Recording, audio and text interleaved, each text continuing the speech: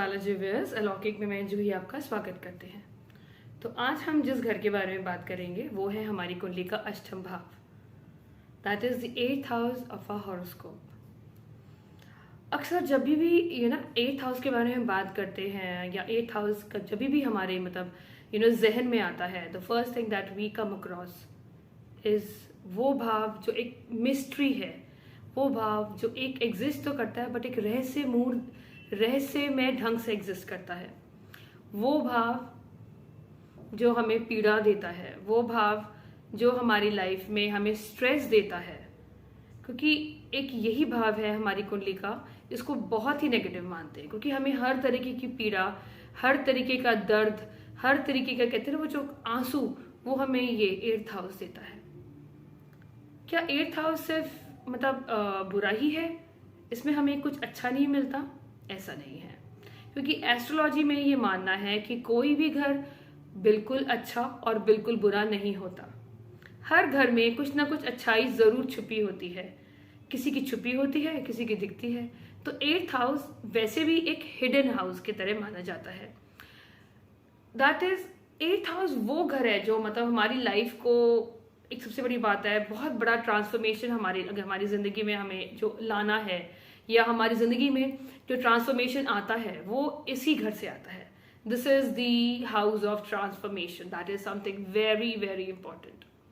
वो ट्रांसफॉर्मेशन आपकी लाइफ में आता है जो आपका माइंड, सोल, आपका बॉडी वाइज होता है। आपकी सोच, आपके जो विचार हैं, इस हाउस में इतनी शक्ति है कि वो बदल देता है। जो इस घर की में जो बैठे हुए जो प्लैनेट हैं, उनकी दशा या महादशा चलती है, basically mahadasha, because it is a long span of time.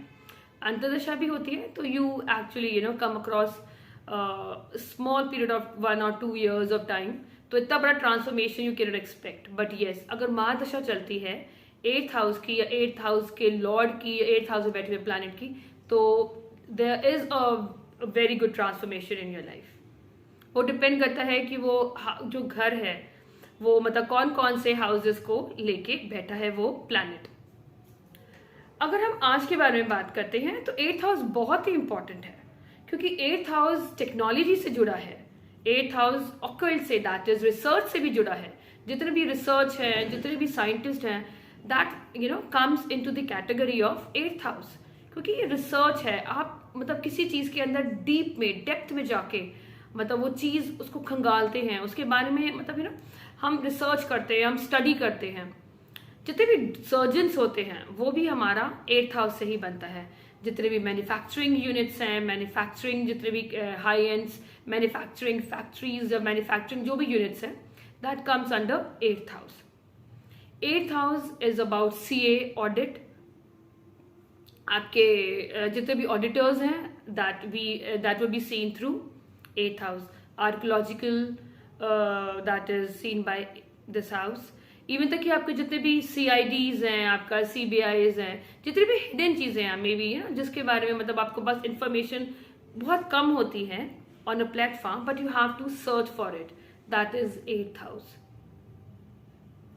So 8th house को भी cannot say कि it is a bad house, because without doing research, without digging into something, we cannot get the gems. अगर हम आज के बारे में बात करते हैं तो आज तो 8th हाउस को तो बोलबाला है। आपकी जो टेक्नोलॉजी है, दैट इज 8th हाउस। जो आज हम YouTube, जो हम गूगल करते हैं, that is all come under 8th house. So हम सिर्फ ये सोचे कि नहीं ये पीड़ा का भाव है, अनडिनाइबली ये पीड़ा का भाव है, बट नॉट ओनली कि ये पीड़ा का भाव है, it has other attributes too. और ये भाव जब कहते हैं ना, बहुत जब स्ट्रांग होता है, अगर आपका ये 8th हाउस बहुत स्ट्रांग है तो इसमें इतनी ताकत है, एक तो आपको राजा से रंक और रंक से राजा बनाने की, और दूसरी आपको पॉलिटिक्स में या कोई भी गवर्नमेंट एसोसिएशन है या गवर्नमेंट ऑर्गेनाइजेशन होती हैं या गवर्नमेंट जॉब्स होती हैं, उसमें एक हाई राइज, आपको राइज देने की है इस हाउस में क्षमता। It has got the capability to rise you to that level which you have not imagine. 8वां घर में इतनी क्षमता है। 8वें घर में और क्या है? 8वां घर आपको क्या देता है? अनएक्सपेक्टेड गेन्स, ये हमारे को इनहेरिटेंस के बारे में बताता है, हमारी इनहेरिटेंस, क्योंकि ये 8वां घर क्या है, this is the house of other peoples money. ये हमारा कमाया हुआ पैसा नहीं है, हमारा पैसा कमाया हुआ सेकेंड हाउस है sorry. 7th house is public and 8th house is second to 7th house, that is the house of other peoples. And 8th house क्या है, 9th का 12th house. 9th house is house of righteousness. 9th house आपको नैतिक बनाता है। 8th house आपको कहीं ना कहीं ये नैतिकता से भी जुड़ा होता है।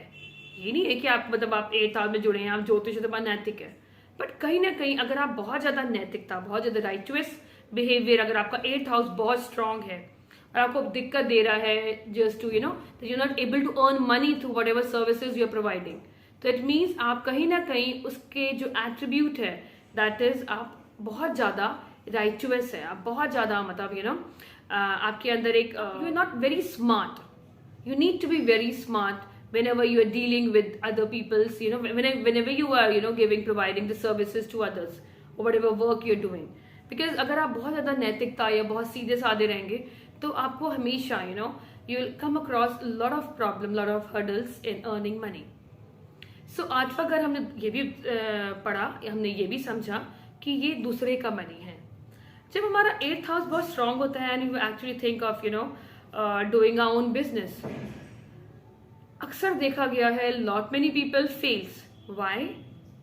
Because what they think कि business is only being run by their own money. आप अपने ही पैसे से अपना बिजनेस चला सकते हैं, मगर अगर 8th हाउस बहुत स्ट्रांग है तो आपको दूसरे मतलब आपको you don't have to invest your money, you have to seek for the investors.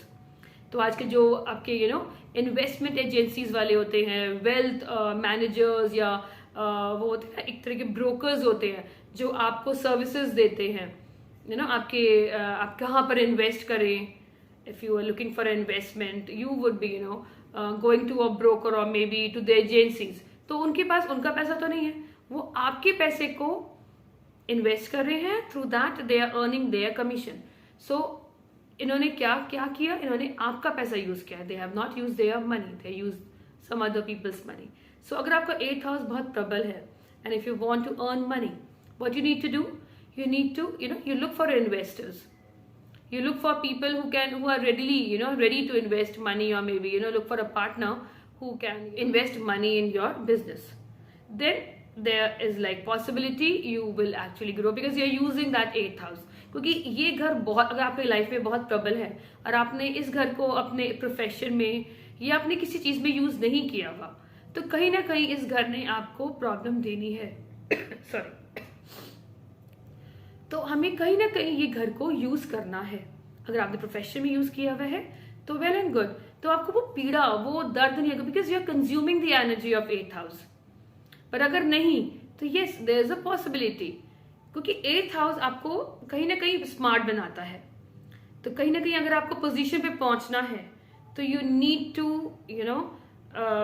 B very you need to be shrewd, क्योंकि आपको कहीं ना कहीं ये श्रूड स्मार्ट एंड वो कहते हैं ना, there is a very famous line of Chanakya, साम दाम दंड भेद। तो कहीं ना कहीं आपके अंदर ये मतलब knowingly unknowingly you have this kind of capabilities of if you have a very strong 8th house and it has got a good connection, it has in a conjunction, मतलब अगर ये युति बनाए हुए हैं 1st lord और 8th lord की या 10th lord and 8th lord की, then they would, क्योंकि 1st house आप खुद हो और 8th house is the house, I mean the house of पीड़ा। तो कहीं ना कहीं आपका वो घर, क्योंकि 1st हाउस जो भी होता है लगन लॉर्ड इज ऑलवेज शुभ, तो लगन लॉर्ड आ गया आपका 8th हाउस में, तो कहीं ना कहीं उसने शुभता प्रदान कर दी कहीं ना कहीं। मगर आप उस लगन ने 8th हाउस की क्वालिटीज ली हैं तभी वो सरवाइव कर पाएगा।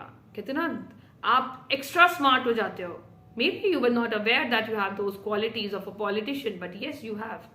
अगर आपका इस तरह का कंजंक्शन है तो like first house, the lord of 1st house and the lord of 8th house are in a conjunction, lord of 10th house and lord of 8th house in a conjunction, एक ये बहुत ही beautiful राजयोग बनाते हैं 8th house. that can gives a real big success in your political career. तो हम ऐसे ही नहीं कह सकते कि 8th हाउस बुरा है. आप जितने भी मतलब ऐसे ऐसे लोगों की जिन्होंने मतलब राइज किए ऑल ऑफ अ सडन, और वो भी तब जब उनकी महादशा बाय ग्रेस ऑफ गॉड चली है, तो दे हैव स्टुपेंडुअस राइज, मीन्स उनकी तो बहुत ही मतलब ऐसी ग्रोथ जो किसी ने नहीं देखी हो. That is only been given by the 8th house, the lord of 8th house, the 8th house. तो 8वां घर हमारी लाइफ को,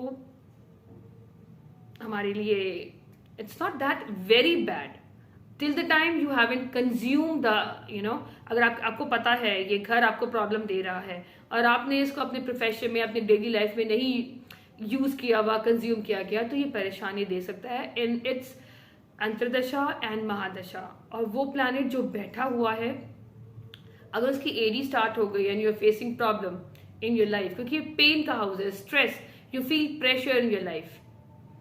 तो अगर हम बात करते हैं अगर प्लैनेट्स के बारे में, अगर यहाँ सन बैठा है and you are facing the problem, तो you can do remedies, like you can donate, आप उसको दान कर सकते हो.